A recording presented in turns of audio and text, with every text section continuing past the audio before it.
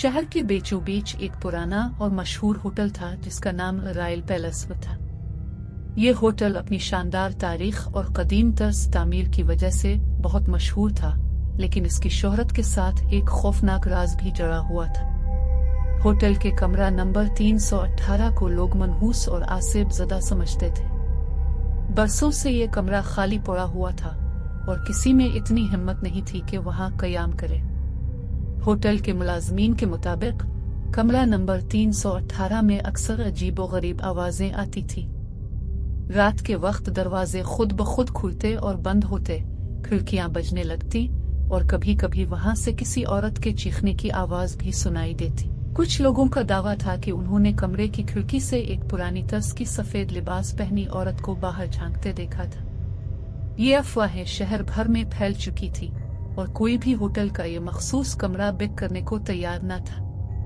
Hotel के मालिक ने बहुत कोशिश की कि किसी तरह इस खौफनाक राज से छुटकारा पाया जाए, लेकिन नाकाम रहा। कमरा नंबर 318 में कयाम करने वाला हर शख्स या तो जल्दी चला जाता है या फिर खौफनाक तजुर्बात का सामना करता। एक दिन शहर में एक नौजवान सहाफी अहमद आया। अहमद तहकीकाती कहानियों में दिलचस्पी रखता था और अजीब व गरीब और पुरस्कार वाकयात की खोज में रहता था। जब इसे होटल के कमरा नंबर 318 के बारे में पता चला तो उसने फैसला किया कि वो खुद इस कमरे में एक रात गुजारेगा और हकीकत का पता लगाएगा। इसे यकीन था कि ये सब अफवाहें थीं और उसका कोई हकीकत से ताल्लुक नहीं था। अहमद होटल पहुंचा और कमरा नंबर 318 की बुकिंग की दरख्वास्त की। होटल के इस्तकबालिया पर मौजूद मुलाजिम ने इसे हैरत और खौफ के साथ देखा और कहा, जनाब, आपको इस कमरे के बारे में मालूम है। वहाँ कई लोग जा चुके हैं मगर कोई भी वहाँ एक पूरी रात नहीं गुजार सका। अहमद ने मुस्कुराते हुए कहा, मैं एक सहाफी हूँ और मैं हकीकत को सामने लाना चाहता हूँ। आप फिक्र ना करें, मैं बिल्कुल ठीक हूँगा। मुलाजिम ने इसे चाबी थमा दी, लेकिन इसकी आंखों में खौफ की झलक थी। अहमद सीढ़ियां चढ़ता हुआ तीसरे फ्लोर पर पहुंचा, जहां कमरा नंबर 318 वाक़ था। जैसे ही वो कमरे के करीब पहुंचा, उसे एक अजीब सी ठंडक महसूस हुई। कमरे का दरवाजा पुरानी लकड़ी का था और उस पर 318 का नंबर बहुत नुमाया था। अहमद ने दरवाजा खोला और कमरे में दाखिल होते ही उसे एक अजीबो गरीब खामोशी ने घेर लिया। कमरा मामूली दुखता था। एक बड़ी बेड, लकड़ी की अलमारी और एक पुराना झूलने वाला कुर्सी। खिड़की के पर्दे हल्के से हिल रहे थे, जैसे कोई हुआ का झोंका आया हो, लेकिन कमरे में हुआ का कोई निशान न था। अहमद ने अपने बैग से कैमरा और नोटबुक निकाली और कमरे का जायजा लेने लगा। इसने सोचा कि ये एक आम सा कमरा है और यहाँ कोई गैर मामूली चीज नहीं है। वो कुर्सी पर बैठ गया और सोचने लगा कि लोगों को इतना खौफ क्यों महसूस होता है। रात का वक्त करीब आ चुका था और अहमद ने फैसला किया कि वो कुछ देर आराम करेगा और फिर रात के वक्त कमरे में होने वाले वाकयात का मुशाहिदा करेगा। वो बेड पर लेट गया और जल्द ही इसकी आंख लग गई। तकरीबन आधी रात का वक्त था जब अचानक अहमद की आंख खुल गई। इसे महसूस हुआ कि कमरे का माहौल बिल्कुल बदल चुका है। कमरे की फिजा में बोझलपन था, जैसे कोई नादीदा कुव्वत वहां मौजूद हो। उसने अर्द गिर्द देखा तो कमरे का दरवाजा हल्के से खुल रहा था, हालांकि उसने दरवाजा लॉक किया था। अहमद ने खुद को संभाला और दरवाजे की तरफ बढ़ा ताकि उसे दोबारा बंद कर सके, लेकिन जैसे ही वो दरवाजे के करीब पहुंचा, दरवाजा एक झटके से बंद हो गया। इसकी दिल की धड़कन तेज हो गई, लेकिन वो खुद को पुरसुकून रखने की कोशिश करता रहा। इसी लम्हे इसे कमरे में से किसी औरत के हल्के हल्के रोने की आवाज सुनाई दी।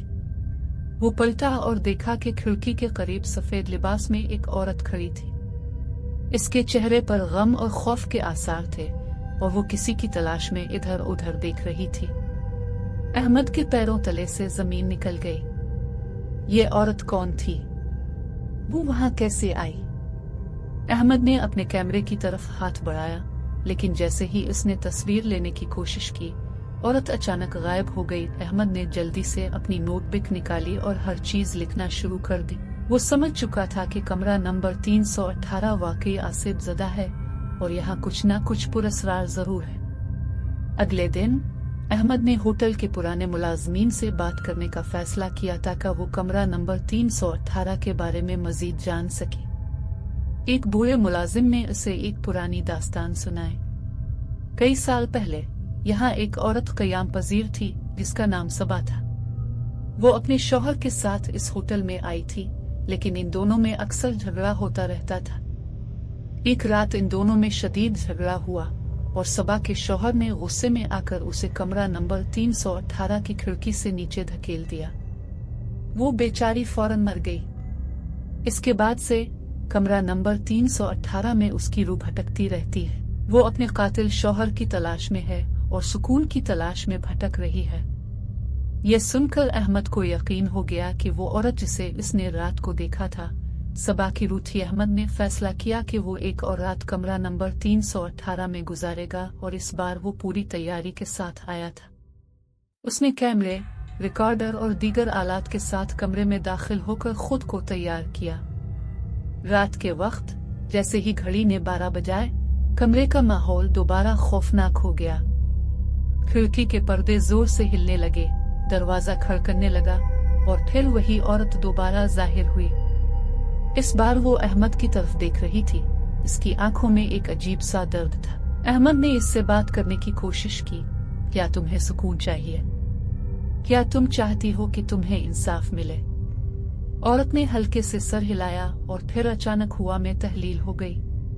कमरा दोबारा खामोश हो गया। अगली सुबह अहमद ने होटल छोड़ दिया। वो जान चुका था कि कमरा नंबर 318 वाकई आसिफ ज़दा था, लेकिन इसकी हकीकत वो नहीं थी जो लोग समझते थे। सबा की रूह सिर्फ इंसाफ और सुकून की मुतलाशी थी। अहमद ने अपने तजुर्बात पर एक तफसीली मजमून लिखा जिसमें उसने इस कहानी को दुनिया के सामने पेश किया। कुछ लोगों ने इसकी कहानी को तस्लीम किया, जबकि कुछ ने इसे महज अफसाना समझा। लेकिन जो भी हो, कमरा नंबर 318 का राज हमेशा के लिए एक मुअम्मा ही रहा।